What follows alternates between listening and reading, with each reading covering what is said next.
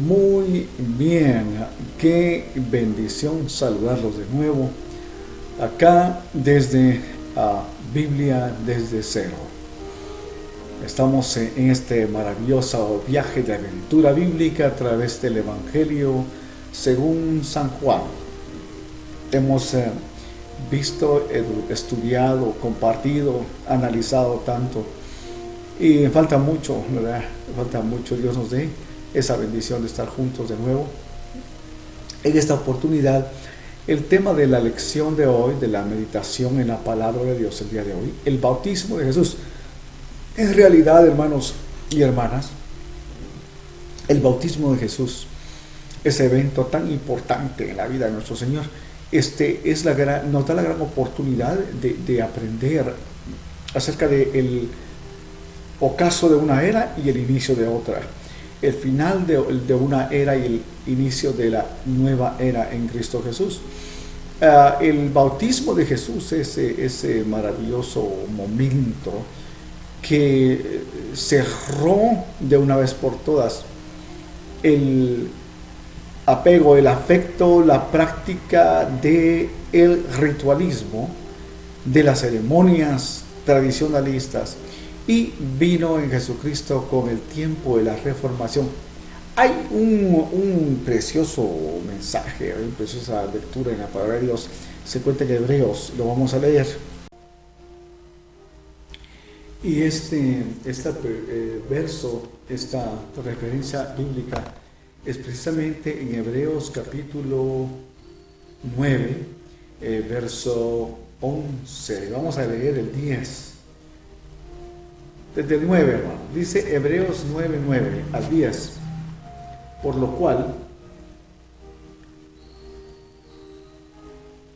es símbolo para el tiempo presente, según el cual se presentan ofrendas y sacrificios que no pueden hacer perfecto en cuanto a la conciencia al que practica ese culto, ya que consiste solo de comidas y bebidas y de diversas abluciones y ordenanzas acerca de la carne, impuestas hasta el tiempo de reformar las cosas. Porque saben cuándo las cosas fueron reformadas, ¿verdad? En Jesucristo. Bien, quiero leer en este momento el capítulo 3 de San Lucas y verso 21 al 22. Relata el preciso momento, según San Lucas, en el cual Jesucristo es bautizado. Dice: y aconteció que cuando todo el pueblo era bautizado, Jesús también fue bautizado. Y mientras él oraba, el cielo se abrió y el Espíritu Santo descendió sobre él. Esto es en Lucas, ¿verdad? En forma corporal, como una paloma. Y vino una voz del cielo que decía: tú eres mi hijo amado, en ti me he complacido. Este evento de la vida de Jesucristo es algo tan especial, hermanos, porque si usted nota, el bautismo de Jesús fue como el sello que finalizó totalmente con todo el paquete de ceremonia y ritual del judaísmo. En realidad el bautismo es un ritual, ¿verdad? Es un ritual. No se practicaba en esa forma, en ese momento. Y es bien interesante ver cómo los fariseos, ¿verdad?, le preguntan al Señor y le dicen, ¿verdad? Si usted va ahí en la palabra de Dios, lo puede ver en San Juan, en el capítulo 1, verso 19 al 28. Igual leer esta parte. Dice: este es el testimonio de Juan, cuando los judíos enviaron sacerdotes y levitas de Jerusalén a preguntarle: ¿quién eres tú? Él confesó y no negó, pero confesó: yo no soy el Mesías, yo no soy el Cristo. Entonces, ¿qué le preguntaron? ¿Eres Elías? Porque Elías, según la profecía judía, tiene que venir antes del Mesías, tiene que aparecer Elías otra vez. Ya les hablé de esta esposa que hablamos de la encarnación y luego la reencarnación que el judío cree, ¿verdad? Y él dijo: no lo soy. ¿Eres el profeta? No, respondió Juan. Entonces le preguntaron, ¿quién eres? Ya que tenemos que dar cuenta a quienes nos enviaron. ¿Qué dices de ti mismo? Juan le respondió, yo soy la voz del que clama en el desierto, enderecen el camino del Señor. Como dijo el profeta Isaías, los que habían sido enviados eran de los fariseos. Y le preguntaron entonces, ¿por qué bautizas si tú no eres el Cristo, ni Elías, ni el profeta? Entonces Juan le respondió, yo bautizo en agua, pero entre ustedes está uno a quien ustedes no conocen. Él es quien viene después de mí, a quien yo no soy digno de desatar la correa de su sandalia. Estas cosas sucedieron en Betania, al otro lado del Jordán, donde Juan estaba bautizando. Y en realidad, hermanos, es tan importante entender lo que ocurrió ahí. Hay tantas preguntas que vienen, ¿verdad? ¿Qué pasó? ¿Qué fue lo que vieron ahí en el bautismo de Jesucristo? ¿Qué fue lo que vieron? ¿Una visión? ¿El Espíritu Santo descender? Hay tantas cosas. Pero también debemos de preguntarnos qué fue lo que Jesucristo inició, y qué fue lo que Juan terminó. De nuevo, no se le olvide la figura de aquel tiempo presente, en el cual se presentaban ofrendas y sacrificios que no podían hacer perfecto a nadie. Pues eso cambió hasta el tiempo de la restauración. Fíjense que Jesucristo no bautizó a nadie. Él, sus discípulos bautizaban. ¿Por qué Jesús se bautizó? Permitió que lo bautizara Juan. Tal vez veamos un poco el diálogo, o más bien dicho, el argumento que los fariseos tenían con Juan, ¿verdad? Con Juan, ¿por qué? Porque le estaba bautizando. ¿Qué fue lo que pasó ahí? Mire, el bautismo por inmersión en la profecía judía solamente podía llegar y administrarse hasta el tiempo del Mesías, o por Elías, que vendría antes que él. Esas profecías judías se encuentran en Zacarías 13:1 y en Ezequiel 36:25.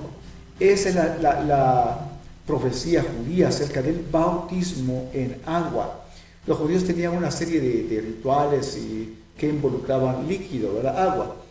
Pero sin embargo, ese fue precisamente el punto por el cual estas personas enviadas por los dirigentes judaicos llegaron a preguntarle a Juan el Bautista.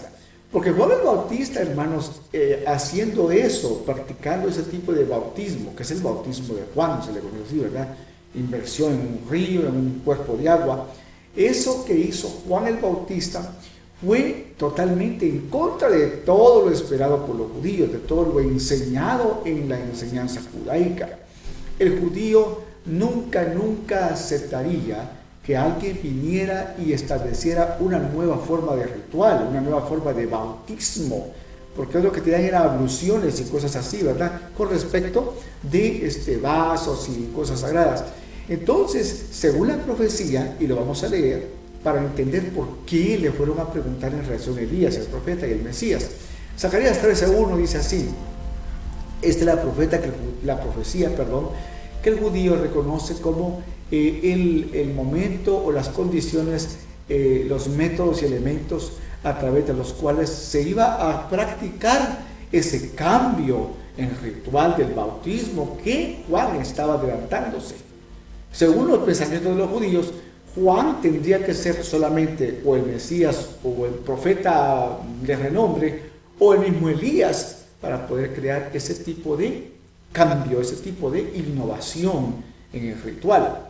En Zacarías 13:1 dice así de la siguiente manera: en aquel día habrá una fuente abierta para la casa de David y para los habitantes de Jerusalén, Yerushalayim, ¿verdad? Fundación de paz, para lavar el pecado y la impureza. Esa es la primera profecía que el judío toma como anunciando el cambio, la diferencia en ese ritual que Juan estaba haciendo, ¿verdad? Juan estaba tomándose el lugar de esta profecía, ¿ok?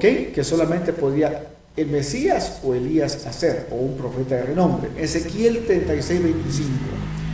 Entonces los rociaré, oiga bien, los rociaré con agua limpia y quedarán limpios de todas sus inmundicias y de todos sus ídolos los limpiaré. Bien. Entonces, precisamente lo que Juan hizo en ese momento, de atreverse a empezar a practicar tal ritual con respecto al bautismo, tan diferente de lo que los judíos esperaban o hacían, fue lo que causó esa revuelta, ese problema, esa pregunta. Cuando Jesucristo vino a bautizarse por medio de Juan, lo que Jesucristo hizo fue selló el tiempo de rituales, selló el tiempo. En ese preciso momento del bautismo de Jesús fue cuando se selló el antiguo pacto, hermanos. Ahí fue precisamente a través de Jesucristo bautizándose en agua para sellar, ¿ok? Porque tome nota que después de eso, en el relato cuando él habla con la mujer samaritana en el capítulo Juan, o el 6, perdónenme usted, no me recuerdo bien, usted es muy bueno para recordar, ¿verdad? En esa oportunidad, se lo voy a poner ahí en la pantalla, en esa oportunidad cuando Jesucristo tiene ese diálogo con la mujer samaritana, dice ahí explícitamente que Jesucristo no bautizaba a nadie sino sus discípulos.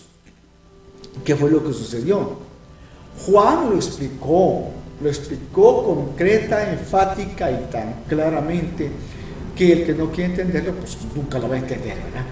Él dijo así: detrás de mí viene alguien del cual no soy digno ni de desatar las correas de sus sandalias. Él os bautizará, porque dijo, ¿verdad? Yo ciertamente bautizo en agua, de acuerdo a la tradición, a ritual, porque ese bautismo es un ritual, ¿ok? El bautismo en agua no salva a nadie. Y usted dirá, pero hombre, hermano, está hablando contra la... No.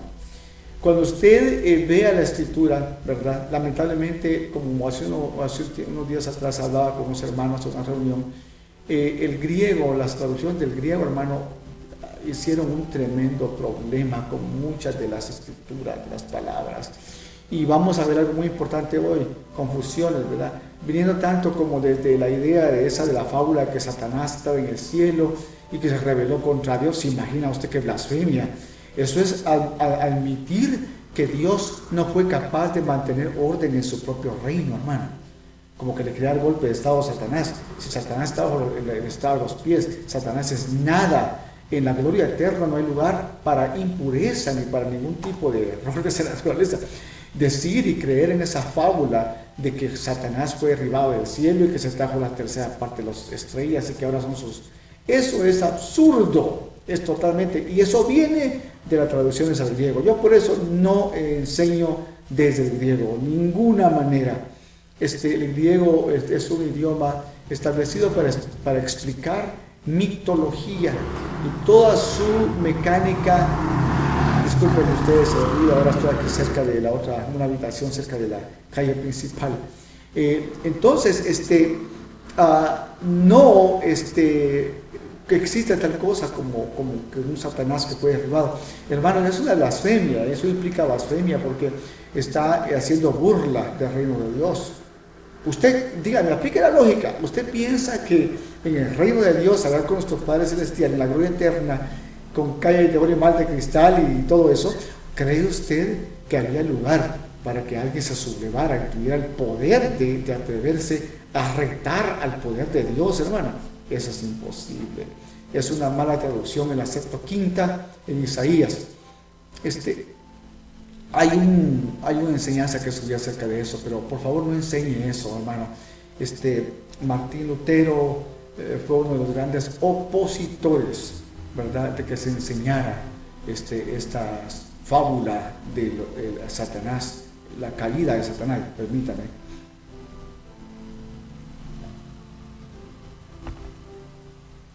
Entonces, yo no enseño el griego.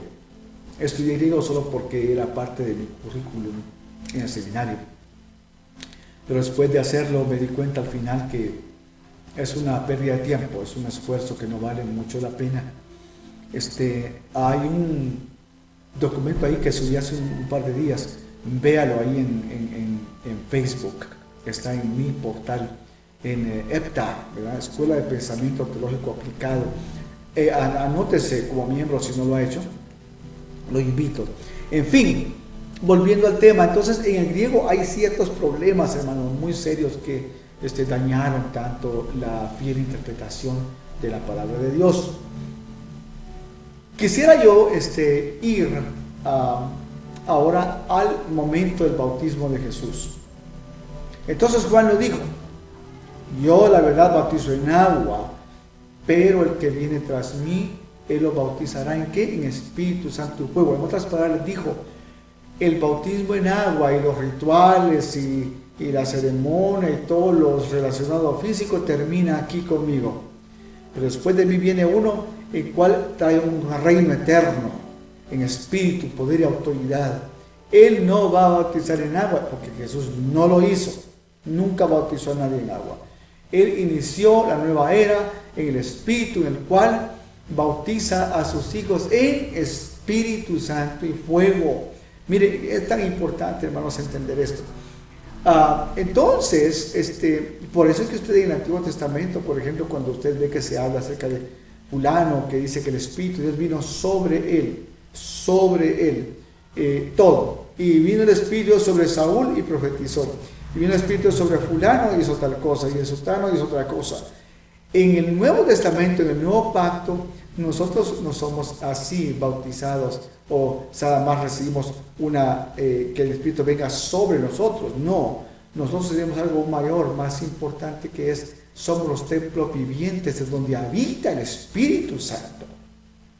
El bautismo en el Espíritu Santo, entonces, esa total transformación, regeneración de un individuo que cambia de su vieja forma de ser y su carácter hacia una vida en santidad, en piedad, en respeto y amor a Dios. Eso es el bautismo del Espíritu Santo. Y se han hecho tantas malas, incorrectas ideas. Por ejemplo, alguien en alguna iglesia le dice, es que el hablar en lenguas espirituales, ¿verdad? O como le llamen, es la señal de que usted ha sido bautizado en el Espíritu Santo. Mentira, falso, totalmente falso. En Hechos, cuando habla acerca del derramamiento del día de Pentecostés, que mal aplicado también, ¿verdad? Pentecostés es una fiesta judía, ahí, nada que tiene que ver con el Espíritu Santo, coincidió con ese día. Entonces, si alguien le llama Pentecostés a una iglesia, a un templo, a una denominación, haciendo alusión al Espíritu Santo, está incorrecto, porque lo que está haciendo con el nombre Pentecostés es honrando una fiesta judía. Léalo, búsquelo, no tiene nada que ver con el Espíritu Santo. Coincidió que en Hechos, en los días de esa fiesta, sucedió esa extraordinaria manifestación espiritual que preparó al pueblo de Dios, a los nuevos cristianos, para salir, ir y cumplir con la gran comisión de predicar por todo el mundo. Entonces, no es cierto ni bíblico el opinar, enseñar o argumentar de que usted debe de hablar en lenguas no sé cuáles para decir que es bautizado en el Espíritu Santo o por el Espíritu Santo. No es cierto.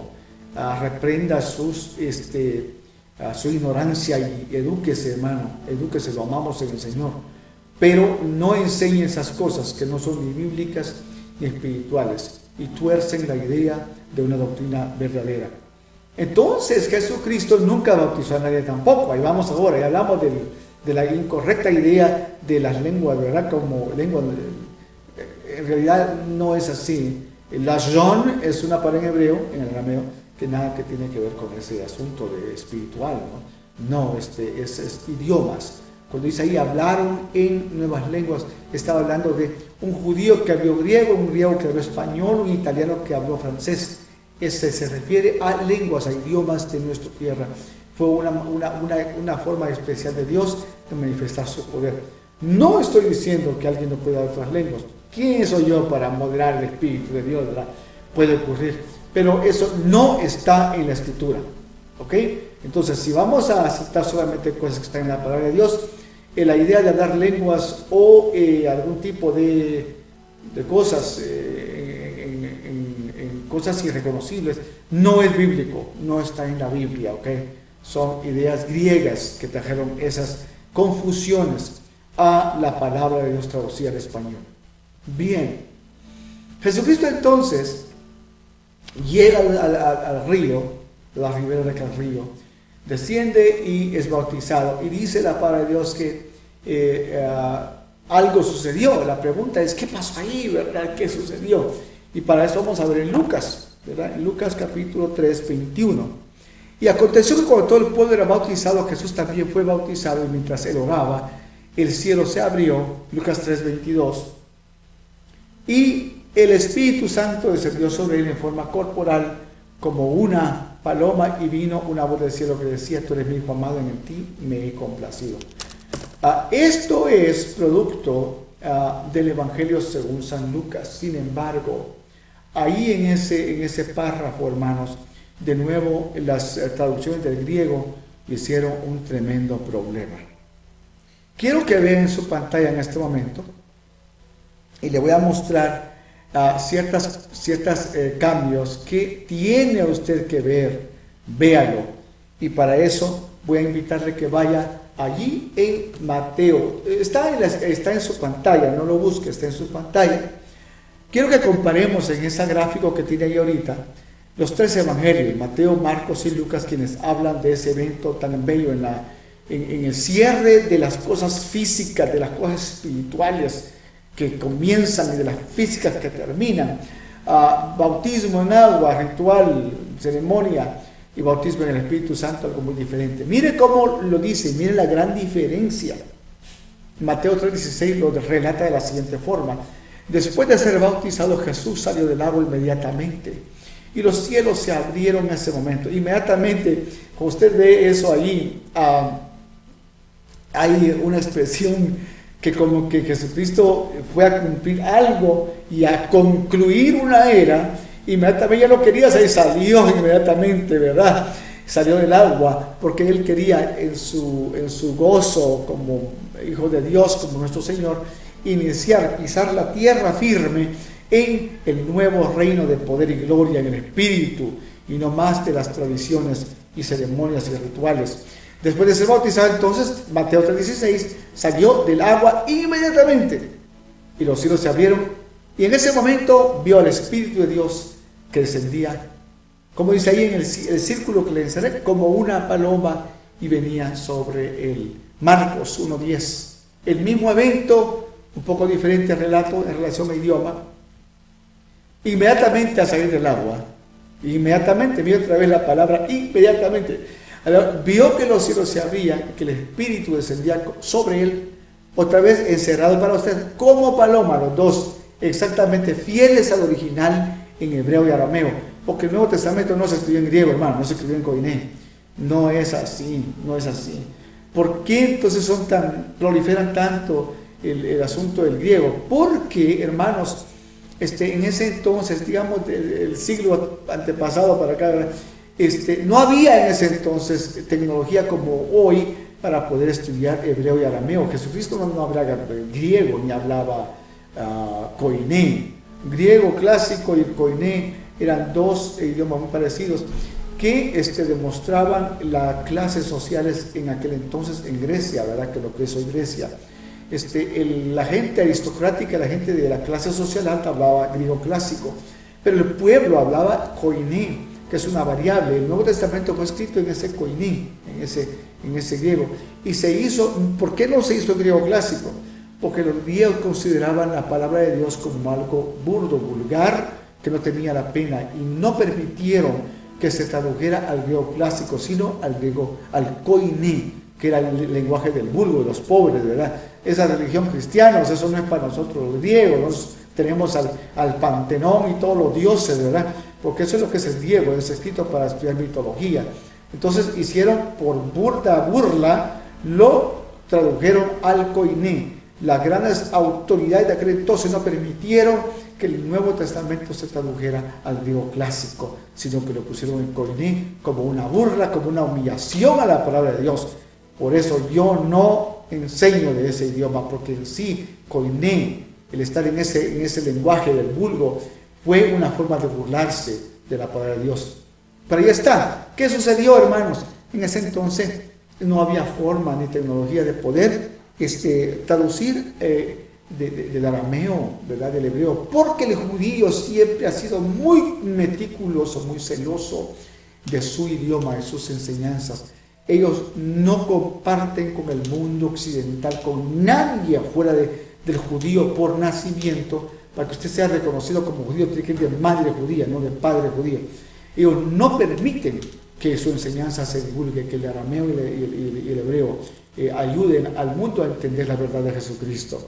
Por eso es que se escondió por mucho tiempo. Gracias a Dios que hoy nos da la oportunidad, en mi caso, por ejemplo, de estudiar esas lenguas, hebreo, bíblico y arameo, que tan hermosas nos muestran realmente qué es lo que dice en el original.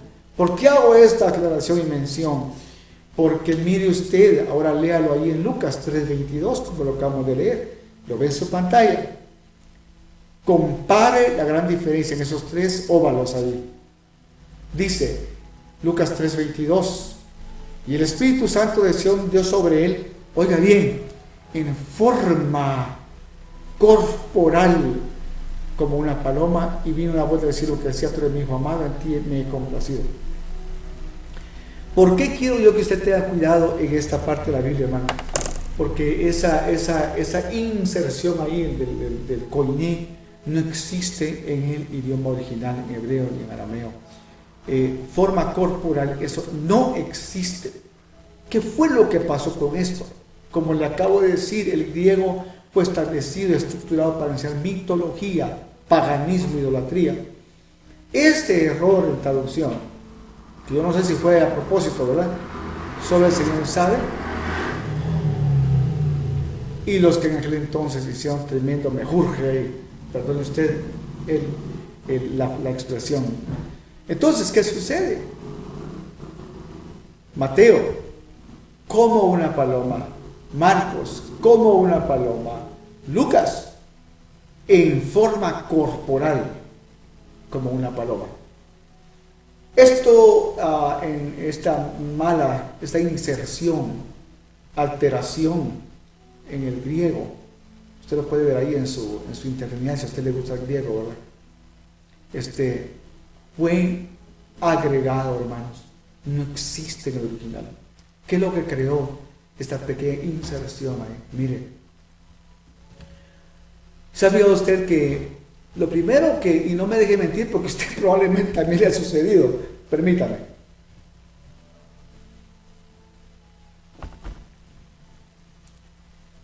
lo primero que una persona percibe en su mente cuando sale del Espíritu Santo es que un animal, ¿verdad? Va a ser más correcto, una paloma. Y en algunas iglesias yo he visto eso. Yo sé que es por ignorancia, pero si usted escucha esta enseñanza, empieza a quitar todo aquello que en su iglesia tenga una paloma dibujada, hermano, para representar el Espíritu Santo. Ruach HaKodesh. Eso es imposible. El Espíritu no tiene forma. El Espíritu es invisible. Esa manifestación que ahí ocurrió en el bautismo de Jesús no fue una paloma. En el original arameo ni siquiera dice paloma, sino que dice un pichón. ¿Por qué? Hay una gran diferencia entre las palomas ya crecidos animales, esas aves, que dominan el planear, ¿verdad? Volar. Un pichoncito todavía no vuela bien, y usted ve que cuando va a bajar, yo he visto, porque yo vengo de familia pobre, ¿verdad? Y tuve experiencia como hijo de pastor pobre en aquellos tiempos en los cuales se predicaba por amor a la palabra, como algunos lo hacemos todavía, ¿verdad? Y había mucha pobreza, hermanos, en que servía al Señor, era porque realmente amaba la obra. Y yo tuve la experiencia de estar muchas veces en el campo, en muchos países. Mis padres pastores, honra a mis padres, Saúl Martínez Tobar y Amelia Bocanegra Ramos, siervos de Dios, aún en su edad avanzada, continúa exaltando el nombre de Cristo Jesús, nuestro Rey y Señor. Y yo pude experimentarlo muchas veces en el campo, ¿verdad? Yo he observado la diferencia en cómo vuela una paloma y un pichón. Un pichón como que revolotea, ¿verdad? Y sin una forma perfecta de descender, como que planea antes de caer al suelo. Y en esa expresión el arameo es precisamente lo que dice, no dice una paloma, dice un pichón de paloma. Y era la mejor manera, porque imagínense ustedes, en aquel entonces no existía la palabra planear, ¿verdad? Y planeó y bajó de esta forma, sino que ellos utilizaban lo que su lenguaje limitado les permitía en aquel entonces, y se utilizaba mucho comparar cosas con eventos naturales para explicar los espirituales que no teníamos forma de narrar.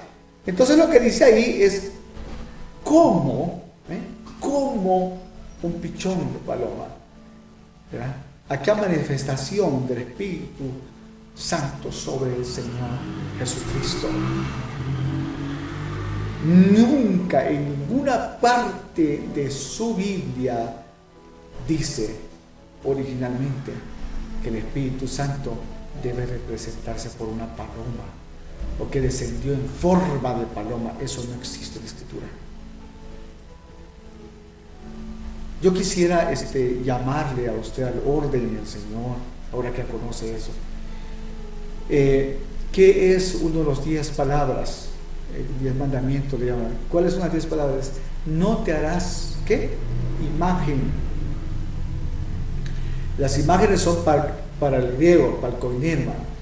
Pero en realidad, el imaginarse o aún dibujar o esculpir palomas para representar al Espíritu Santo es una clara violación de los 10 mandamientos. Jesucristo, nuestro Señor, nos dio la oportunidad de ingresar en su reino. Juan, en ese momento de bautizar al Señor Jesucristo, y Jesucristo permitirse bautizado por Juan, abrieron al mundo la oportunidad de experimentar en Jesucristo el reino eterno de su gloria, poder y salvación, y salir de todo lo antiguo, de los rituales, de las ceremonias, de los lavamientos, etcétera, etcétera, y entender que en Jesucristo vivimos una dimensión más amplia de conocimiento, amor, poder y entendimiento. En el Señor Jesucristo, la salvación, la doctrina, el camino, la palabra, se elevaron de una forma exponencial, y ya no limitadas por cosas físicas, sino que nos dio la oportunidad de que ilimitadamente tengamos acceso al reino de Dios. Los objetos limitan, los rituales limitan, el Espíritu aumenta. El Espíritu abre la dimensión eterna en una manera sin límites a través de Jesucristo. Alguien dirá, entonces, hermano, dice que no se bautice. Yo nunca he dicho eso. Es un lindo ritual. Obviamente, y si usted lo lee en la palabra de Dios, en el original y aún en las traducciones que tenemos hoy, no salva a nadie. El bautismo en agua no salva a nadie. Entonces usted me dice, pero si ahí dice el que creyere y fuere bautizado, ¿de quién está hablando? ¿De qué bautismo está hablando ahí? Ahí no dice el que creyere y fuere bautizado en agua. No. Ya esa expresión fue después del bautismo en agua en San Juan, y ahora en Jesucristo el bautismo en Espíritu Santo y fuego. Dios le dé la oportunidad de sacudirse la vieja levadura y empezar a experimentar en Cristo Jesús un camino más excelente. Seguiremos enseñando. Quería en esta oportunidad acceder a esta enseñanza, a estos puntos de discusión sublime, necesaria e importante. Dejo ahora a su responsabilidad el ahora adoptar una palabra verdadera, una doctrina pura. ¿Por qué muchos no enseñan esto? ¿Sabe por qué? Porque temen pastores inútiles, sin valor. No están predicando por compromiso con Dios, sino por compromiso con una denominación. Usted debe entender que la denominación nos salva. Reúne, gracias a Dios, un grupo de personas con ciertas reglas, pero el que salva es el Señor Jesucristo. Muchos no predican la verdad, aún conociendo y viendo tan claro como en esta oportunidad ciertas cosas, y continúan predicando error, enseñando mentira, porque temen ser marginados, temen ser tildados. Hermano, ¿a quién le sirve usted? ¿Al ojo de Dios o al ojo del hombre? ¿A quién agrada usted? ¿Al Señor o al demonio? Adoptemos entonces en nuestras vidas, como hijos de Dios, una actitud santa, una actitud responsable. Y en cuanto vamos cada día experimentando la aurora, la luz de Dios en nuestras vidas a través de la enseñanza, podamos también así compartir con los demás esa verdad. En el nombre de Jesús. Amén.